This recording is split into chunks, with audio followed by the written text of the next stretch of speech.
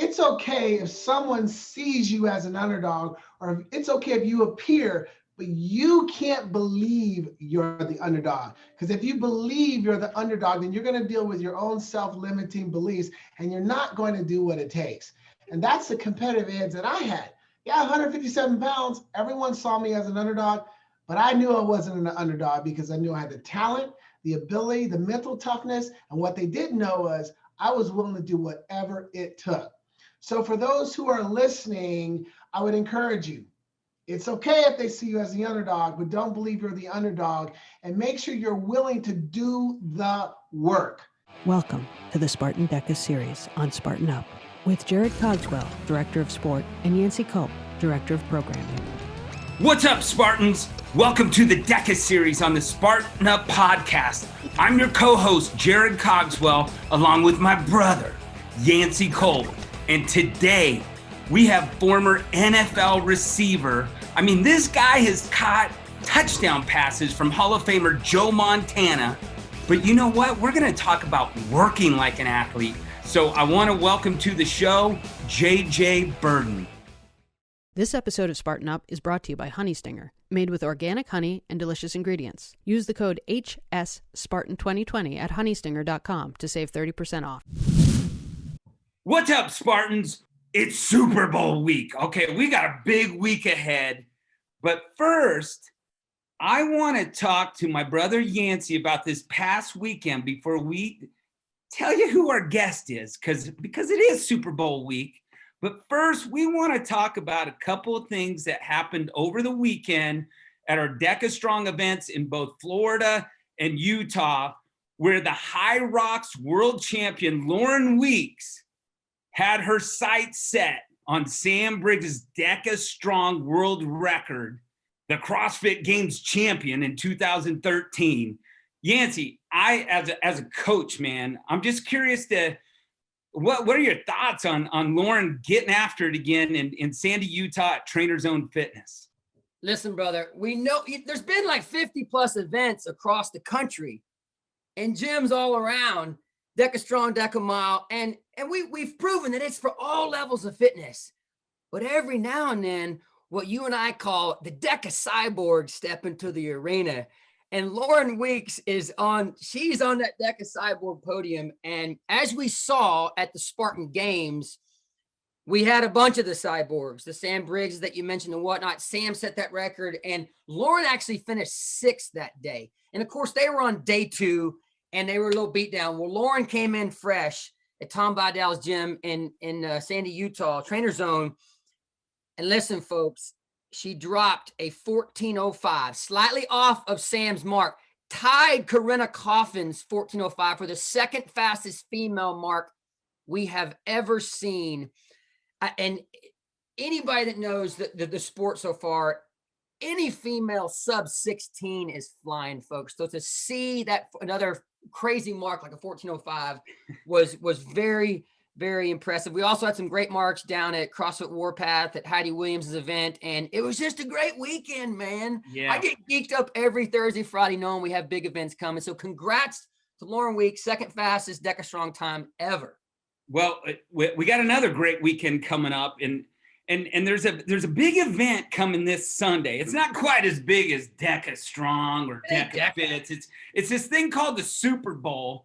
So I invited a special friend, a special guest, to be on this week's episode of the DEKA series on the SpartanUp podcast. And I'll tell you what, guys, I first met this man. I met him in the gym, okay?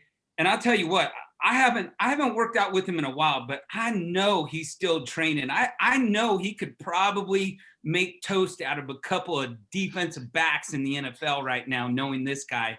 Because not only is he a world-class athlete, an NFL receiver, which, by the way, also played for the Kansas City Chiefs. So I think we know who he's rooting for this weekend. But he's also one of the most incredible, passionate, successful fitness people out there. He's an entrepreneur. He's a motivational speaker. And I'm very, very proud to call him my friend, JJ Burden. Welcome to this week's show, my brother. Hey, what's up, Jarod, Yancy? Man, it's good to be on, man. I'm excited to be here, share a little bit, and talk a little bit about the Super Bowl. Oh yeah, man. I'm sure you got a bunch of interviews lined up this week to talk about the Super Bowl. Yeah, it's been a very busy week. I've gotten to the point where I had to turn some down because it's just not fitting the schedule. But when you called, I was like, okay, we're making this happen. Well, I tell you what, the last time we spoke, the one thing that I think you epitomize, JJ, is that work like an athlete mantra. And you and I have talked a lot about that in the past. And I mean, because one, you have an incredible story of how you came about in the NFL, and you're a guy that caught touchdown passes from Hall of Famers like Joe Montana, amongst others. But you battled to get to those positions. But the thing that I really admire about you as well, and you don't see this with a ton of athletes post-career, but is the success that you've had after your NFL career. Like, you are a very driven, passionate, purposeful person. And you spread that, man. You have, it's infectious in the most positive way. Like, you make people around you better. And what I thought we'd start off with is, what are those essentials to like how do you go about working like an athlete so that you can be successful on the athletic field, in business, and in life? Hey, real quick, I got to add one thing to set this up for the listeners out there, because there may be a small percentage that don't know a lot about JJ from his playing days. Folks, we're talking about the NFL. JJ played at 157 pounds, okay?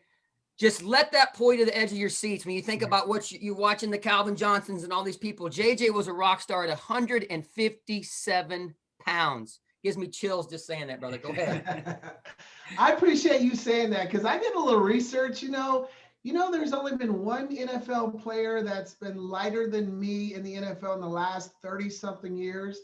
That was Mark McMillan, DB, yes. 147 pounds. Wow. I know. So, but anyway, I think it's a real good setup, Jarod, because you and I talked about work like an athlete. And as you guys know, athletes naturally have these qualities that allow them to be great in their sport.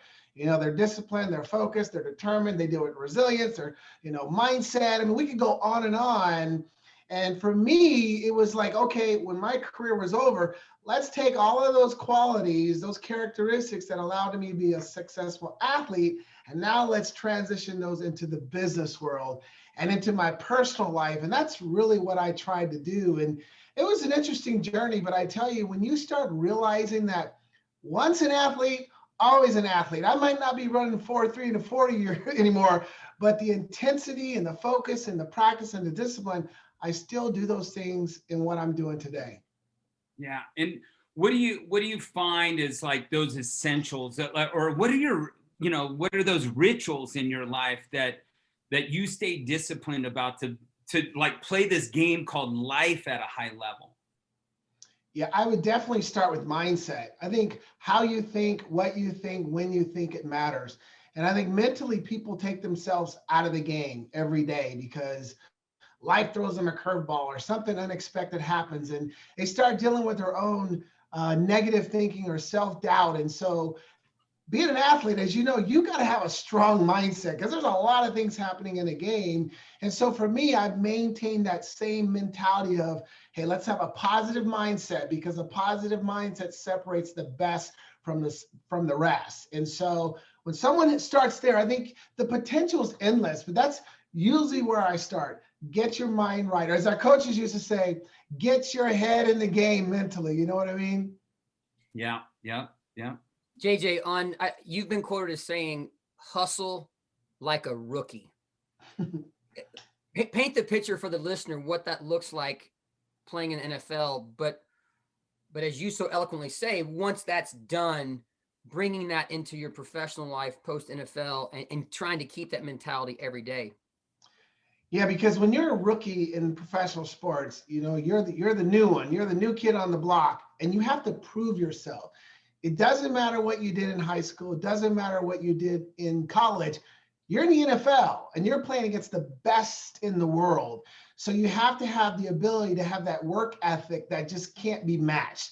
You're 24/7, you are on it. And you're trying to perform at the highest level every day, because every day has to be game day. You got to prove that you belong there. So that focus of hustle and grit and resilience, I still do it to this day. Even if I'm getting ready for a presentation, I'm going to still put that same work ethic in. Even if I'm spending quality time with my children, I'm going to still make that commitment. And I think that's the difference maker to the people who go on to do something special. They're willing to make the commitment even when they don't feel like it, even during those difficult times during the day. So that hustle mentality always has to be there. But you got to be smart about it. You know, you got to balance it a little bit. And that's the key, finding that balance. You know, the other thing you've told me over the years, JJ, is you got to stay hungry, right? And when you talk about that, I think rookies are hungry. They want to prove themselves. And, you know, I think a lot of people lose that hunger. They lose that intensity over time. Yancy and I were talking about this interview, you know, even this morning, like how we prepare and, you know, the questions and, you know, what are the mantras of what we're going to talk about today. And when we go back to this work like an athlete mantra, you know, I think about you as an NFL player. All it takes is one step slower and you could be out of the league, right? And what if you approached your job like that? You know, what if you put that kind of, like, we need pressure. We need accountability. We need to be coached. But we have to almost treat it like, if I get a little bit slower, I might get behind and I may not. I mean, what if I lost my position if I got slower or I wasn't learning more? What are your thoughts about that? Yeah, I think that's a good point, because as professional athletes, when you get to that level and you realize that it's a level playing field, everybody's fast, everybody's strong, everybody's a great athlete, you start realizing it's the little incremental improvements you can make from day to day. And that's what keeps you in the game and keeps you having a longer career. And I figured that out early. So every day, every week, every year was like, how can I make these little incremental improvements and get better? Because that's the difference between whether you play on Sunday or you watch the game from your sofa on Sunday. And like you said, next thing you know, you're out of the league. And so again, that same approach I take today. It's like, how can I be better than I was the day before? You know, having that mentality, like you said, staying hungry, because what happens to many people at times is when you achieve a degree of success, you tend to get comfortable. You tend to, you know, pat yourself on the back and you lose that competitive edge. For me, it's always like, okay, what's next? What's the next goal? What's the next challenge? So it's always, how can I raise the bar of my performance from day to day? And I think that's one of the things that's helped me avoid complacency. JJ, I have going a little personal here. I have the wonderful opportunity to work with the high school team here in Cedar Park, and about 12 years. And I can look back on the years where we've had more success. And I always can pinpoint those years where there was a few key actual players, good coaching, but a few players that made a big difference as strong leaders on the team. I love the fact that we have someone like you here that can actually paint pictures, maybe experiences you had in the NFL. Some of those great leaders that I call them unpaid coaches at the high school level, but some of those leaders and key things that you saw that they did that was just an absolute game changer. Yeah, I would say the number one thing that leaders do, I think better than anyone, is leaders lead from the front. They set the pace. They don't wait for someone else. They go out there and set the pace and set the example. And when you have leaders like that, it becomes contagious. You know, the ones that are serious and committed, they want to run with that leader and run stride for stride. And I think the best example I can give you is the year we signed Joe Montana, who was the Kansas City Chiefs. We had a pretty good team. We made it to the playoffs every year. But when Joe came, there was like this, I call it the Joe effect. His leadership was evident right away. And when he came in, because I'm sitting there wondering, like, okay, Joe's like, you know, 14 years in the league. He's won 4 Super Bowls. Is he going to rest on his laurels? What's he going to do? Shoot, Joe came in. He studied like a rookie. He prepared like a veteran, and he led like a pro. And when you saw that leadership, you wanted some of that. And right away, he stepped up our game to the next level, to where when you're in a huddle, Monday Night Football, and you're down by 3 points and you got a minute left and you're driving down the field, you looked in his eyes and you saw, okay, there's a guy that's been or done that. Just do your job and he's going to lead you the way. And so like you said, Yancy, when you have good leaders like that, who can lead like that, the team members who are committed, they're going to follow the lead. Dude, JJ just gave us the mic drop, JC. Mic drop. You know who I was thinking about when you were speaking about Joe there, JJ? I was thinking about my dad. Okay, my dad loves Joe Montana. Like, I mean, literally, I don't know if this is appropriate to say or not, but he called him God Jr. when he played for the Niners. So when you're talking about him leading the Chiefs, I know it breaks his heart a little bit, but his heart is definitely with Joe Montana. So it's always fun to hear the Joe stories for sure. You know, also on the leadership front, JJ, you know, we've talked about some of those coaches that meant a lot to you on your path and your journey, especially, you know, gosh, 157 pounds. You know, I'm sure there's a lot of coaches that didn't even give you the chance. Who you know were those coaches that said, I'm going to take a chance on JJ? Like, who gave you that opportunity, you know, at the beginning? Yeah, there were always coaches along my journey who played a role in just getting me to the next level. And it always started with their belief in me.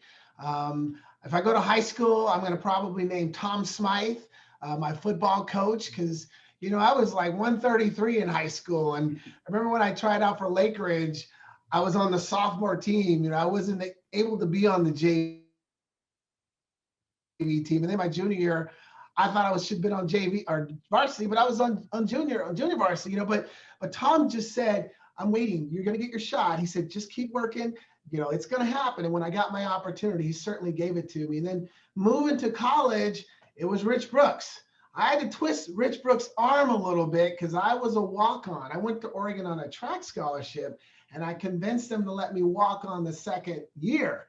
And I had to, Brooks, you know, give me a shot. And, you know, but anyway, he finally said yes. And all I wanted was an opportunity. And I didn't care, Jarod and Yancy, that the day one I walked into camp, I was number 13 on the depth chart of all the wide receivers, and there was only 14. All I saw opportunity. And 2 weeks later, I was number 2. So again, they saw me as an underdog, but I didn't see myself as an underdog. But Brooks gave me the shot. And then there was the NFL. It was Marty Schottenheimer. Marty Schottenheimer drafted me when I was in Cleveland. I tore up my ACL, and that next year, Marty went to Kansas City, and I kind of bounced around a little bit. When I was 100%, I thought, well, who is the one coach that's really going to give me a fair shot that third year? And that's why I went to Kansas City, and Marty really did. And the thing about all these coaches was this: they all believed in me. And when someone believes in you and your abilities, and you know they're going to give you a shot, that just takes your confidence level to a whole nother stratosphere. And I got to credit all those coaches because they certainly played a role in my journey. Okay, you just set us up for a magical moment for the listeners here. No pressure, JJ. So what was going on in my mind when you were explaining that was, okay, you were the guy that was undersized. Okay, that could be the guy or the girl that's in the interview, and there's a bunch of MIT grads and Harvard grads, and they graduated from community college. It's the same situation in the NFL field and business. But here's the thing. Talk to the listeners about, they believed in you, but you strongly believed in yourself.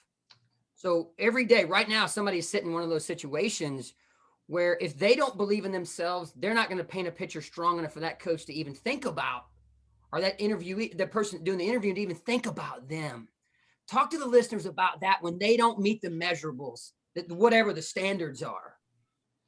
Yeah, that kind of reminds me of the underdog mentality. You know, I think people have many people have felt like an underdog in certain situations. I met someone recently in a business, and they told me they felt like an underdog because the person they worked next to went to Harvard and they went to some local community college, but they do the same job. And so what I've tried to tell people is that it's okay if someone sees you as an underdog, or it's okay if you appear, but you can't believe you're the underdog. Because if you believe you're the underdog, then you're going to deal with your own self-limiting beliefs, and you're not going to do what it takes.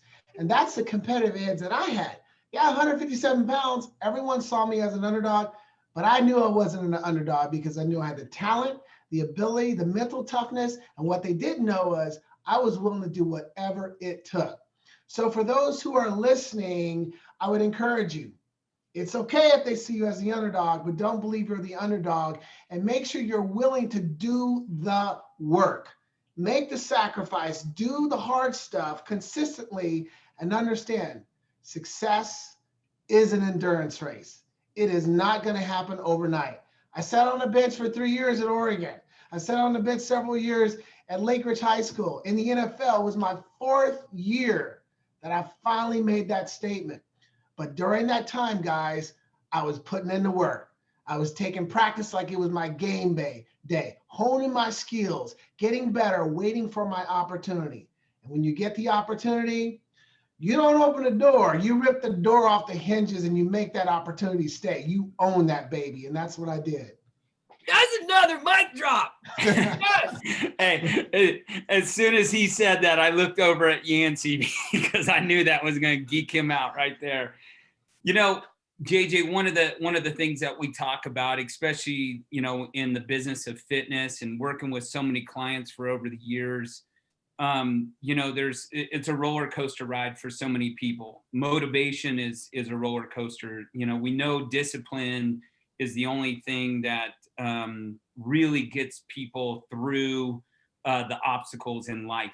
You know, you have to be disciplined. You have to do the things that other people don't want to do. And I know you're one of those people. And what I always ask clients to do is you got to dig deep into your purpose. You have to dig deep into your why. And I know that it's somewhat cliche these days to say that, but what's that why that's within your soul? What's that driver and purpose in your life to be your very best? Yeah, I think that's such an important point. Like you said, cliche or not, knowing your why is key. I think that's one of the main ingredients of success in anything. Why are you doing what you're doing? Just because, or I don't know, it was only going to take you so far. Because when things get noisy and the unexpected happens, it's so easy to quit. So like you said, I encourage people to find that why, find that passion. And for me, it's changed over the years. I mean, early on, you know, I was raised in Northeast Portland, you know, in Oregon. We struggled growing up. But why that was driving me, I wanted something better. I wanted a better life. I wanted to get out of the hood. I wanted to create opportunities. And that's what was driving me. And then as I got married and we had children, the why was all about the children and creating and giving them opportunities that I didn't have. Well, now my youngest child has moved out of the house. We're empty nesters.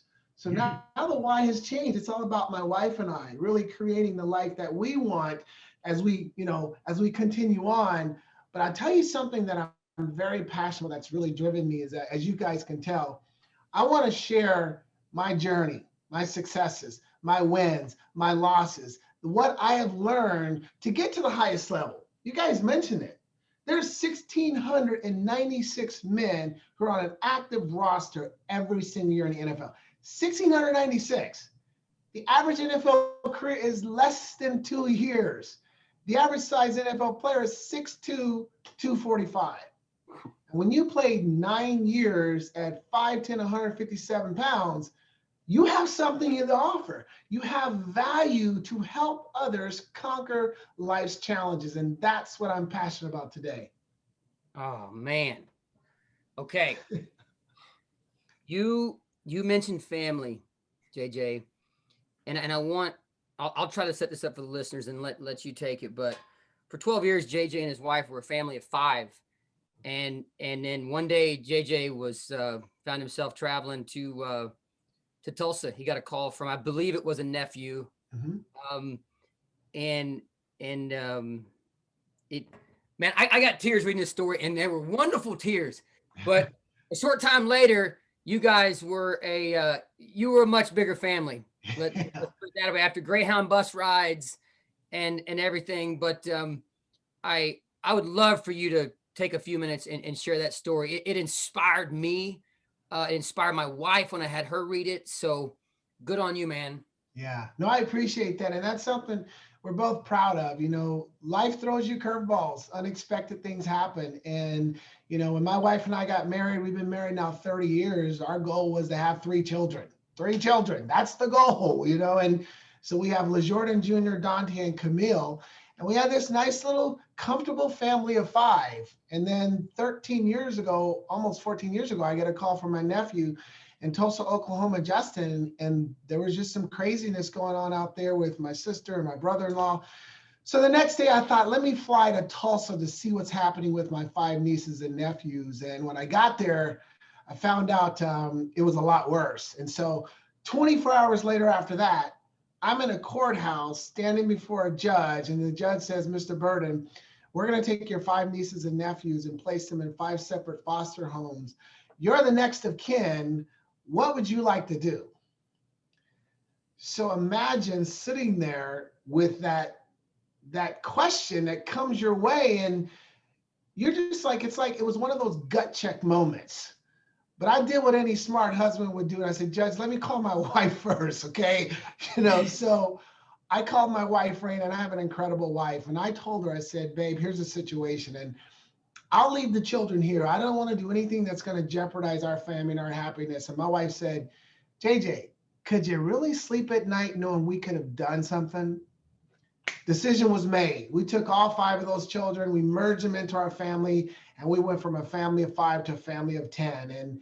And that has been probably one of the more rewarding experiences, because we were able to give 5 individuals an opportunity to maybe travel down a different road, you know, a different path, to create different opportunities for themselves. And they really impacted us too. They impacted my wife and I, they impacted my 3 children too. So it was a mutual benefit. And I tell you, no regrets whatsoever.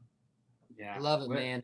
I remember reading the story of you, the bus ride, not the bus ride, but the ride down. Your mom joined in. It was 11 of you driving down to Arizona. That was, it's good stuff, man. That is very, I don't care what you did in NFL. I was amazing, but that alone inspired me twice as much as your NFL stuff. So good stuff. Hey, Yancy, I remember when he added all of them to his membership. I'm like, man, we're giving this guy a good deal here. I know, they love that. And you know what, guys, what's interesting is, like, as Jarod mentioned at the beginning about work like an athlete, taking the qualities as an athlete and applying them in real life. One thing I learned in the NFL that's always helped me deal with change is, you know, as a wide receiver, so imagine, so I'm in the huddle with Joe Montana, he gives me the play. I break the huddle, and you're sitting there thinking of the play, your assignment. You're looking at the defense, you're scanning everything. Okay, this is what I'm going to do. And I'm on the line, now all of a sudden I hear black razor. Joe's changing the play. He's audibling. And I can't just say, hold up, Joe, I don't want to change the play because I'm going to run this. You don't do that. You process the information, you make a decision, and you commit to that decision. And you've got 10 seconds to do that. So when that judge gave us that proposition, process the information, you make a decision, and you commit to it. And when we made that decision, my wife and I, we committed to it so that those children, we all felt like a family. But I'll tell you, my NFL days taught me how to call that audible and make that adaptation on the moment. That's an amazing story, JJ. And you know what? That's why you were invited here, because you're one of those types of people that, you know, are special and influential and inspiring to other people. I mean, you have been one of those people in my life that's the full package, man. Hey, speaking of which, I mean, we met at the gym, right? You know, back in Oregon. Man, you've always been fit. You've always, you know, it, like I said earlier, like I know you could still possibly run a few routes against these guys today. What keeps you, you know, in that space, you know, because I've seen a lot of athletes train. And when they get done, they quit they quit everything. They quit training. They just get burnt out. What's kept that fire going for you? Probably a conversation I had with the Atlanta Falcons doctor when I retired. I tore my ACL up my last year, and then I went through rehab. And he said to me, he goes, JJ, you've had 2 knee surgeries. Let me give you some advice. He said, don't stop working out. Take care of your body. Take care of your health. He said, because it could be the difference between you having knee replacement surgery at the age of 40, 50, 60, 70, or 80. He said, it's up to you. And I never forgot that. So right then I made a pact that I was going to live a healthy lifestyle. I was going to be on top of my nutrition and stay active and work out as hard as I can, as long as I can. And I've been able to do that. And like you said, a lot of athletes, they shut it down. And I'm sad to say, guys, I've lost some teammates. I lost a teammate last week, Tony Brown, who played with the Browns, who was a year younger than me. And that's what I'm starting to see, because guys aren't taking care of their health. So to answer your question, living a healthy lifestyle is important to me, and it's just what I do from day to day. I got one more heavy one. I thought we were done with the heavy ones, but I got to ask this one, because when you said you were lined up, you're out there split, and you got Joe Montana under center. He calls the audible. I tell the youth that I get to work with all the time, and I want you to speak to the youth. We're going to reach the youth right now. I've always told them team sports. I would argue that team sports are the greatest internship they will ever have. There's no internship they'll ever have as an adult that will be more powerful than team sports as a youth, middle school, high school, college. Talk to the youth, because I know you know exactly what I'm talking about. Talk to the youth about the importance of team sports. Oh man, team sports are so valuable. I mean, to this day, I'm using a lot of the elements of being part of a team sport in the business world. And for young ones, I always try to impress upon them, there's 2 messages I send. First, let's say there is no I in team, okay? It's helping them understand it's not about you, it's about the team. How can you make the team better? What role do you play in the team's success? Because even in the NFL, with 11 guys on the field, everybody still has to do their job, and their ability to do their job is going to contribute to the success of the team. The second thing I say is this. I flip and say, there better be an I in team. And what that means is you have to do your job. If you're a wide receiver, study your plays. Study the film, do your job, so when the team calls on you, they know they can depend on you and that you're going to execute properly. So, and it's one of the keynotes I love to give, that better be an I in team, because before you can successfully be a teammate, you got to be able to successfully lead yourself first. Thank you. Yeah, that's such an important message, especially on the team side. Yancy, you're on fire with the questions today, man. You got the best one coming. I know you got the best one coming. Hey, so let's talk about team sports. We got a big game Sunday, and I'll tell you what, I'm excited as a fan. Now I'm bummed because my Niners are out. I know Yancy's Cowboys are out, which I'm always glad when they don't make it. But we have 2 awesome quarterbacks that, the veteran, we still got the young guy in Mahomes. Tell me about your thoughts with Brady versus Mahomes. Yeah, I love the story. I love the way it's setting up, because I am a huge Tom Brady fan, and I think over the years, people have said this and that about Brady, but I just think what he's doing is incredible. And I don't think people understand that. He's 43 years old. He's 12 years younger than me, and he is still playing at the highest level. I mean, Joe Montana was 37 when he led us to the AFC Championship game. Brady's 43, and I don't think anyone will really appreciate that until later, but trust me, it's incredible. But at the same time, I played most of my career with the Kansas City Chiefs, so you know who I'm pulling for. But I would say this, guys, I think it's going to come down to 2 things. One is, which quarterback is going to be able to handle the pressure the best? Defensive line is really going to command this game. And I think the edge goes to Kansas City because you got a younger quarterback who's more mobile, Mahomes, who's going to get out of there. Brady, I think, could be in trouble because they're going to have the different schemes and stunts to get to Brady. If they can get to Brady, that could be the difference maker. But I could be wrong because somehow this guy keeps pulling it off. So we'll see. He sure does, man. And it's quite the story this year for him to have all that success in New England and then come to Tampa and do it in his first year, you know? So it's going to be an awesome Super Bowl.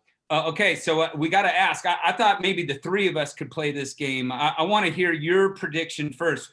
Who wins the game and what's the score, JJ? We're gonna do a under the table bet here when this is all said and done. I think the Chiefs are going to win, and I think going to run away with it. I really do.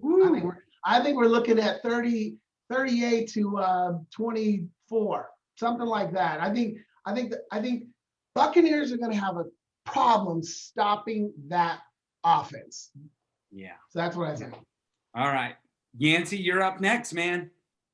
Well, if I wasn't at the Patriots Falcons Super Bowl in person watching that, I probably would be picking the Chiefs right now.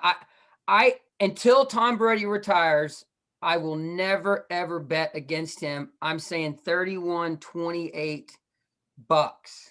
Woo.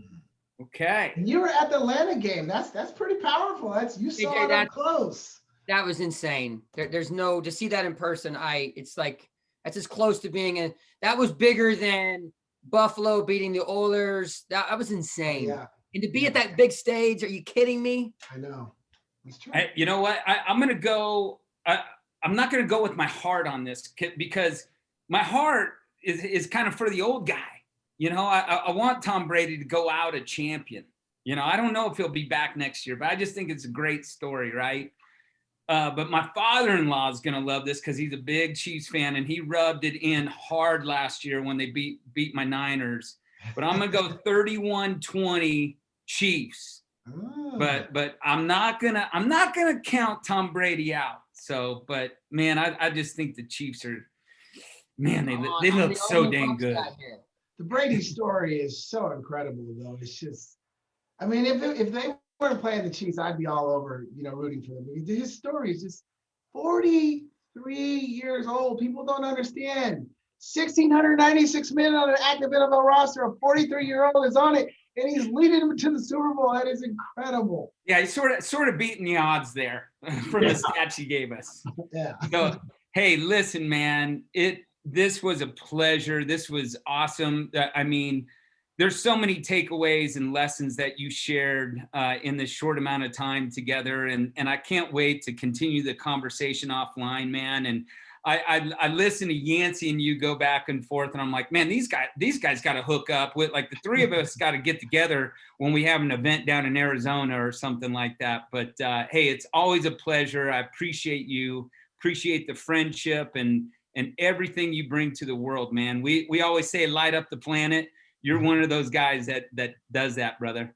I appreciate that. And it's a pleasure to hook up with you again. Pleasure to meet you, Yancy. And, I just want to be remembered as one of the good guys, one of the guys that did it right, was consistent, hardworking, kind, and set a good example. And that's if you talk about legacy, that's how I want to be remembered. He was one of the good guys. Well, you're doing it, my friend. We try to keep them under 45 minutes. I'd like to talk with you for 3 hours. We love to close with this. We always say live, love, laugh, and serve big, with big focus on the serve. And from the entire Spartan DEKA community, much love to you and your family, my friend. Thanks, guys. Appreciate it. Thanks for listening to this episode of the DEKA series on SpartanUp Podcast. SpartanUp is your partner in resilience for mind, body, and spirit. We're here 3 days every week. Tuesdays, you can find Joe DeSena, founder and CEO of Spartan, interviewing biohackers, business leaders, authors, and athletes. Thursdays and Saturdays, catch episodes from our DEKA, Endurance, Trail, Combat, and La Ruta series. Do you know someone who needs a little nudge? Maybe they could use some motivation, tactics to be stronger, healthier, happier, more successful. Tell them about our show. And if you're watching on YouTube, leave us a comment. We want to know who's watching and who's listening. Thanks. See you next time.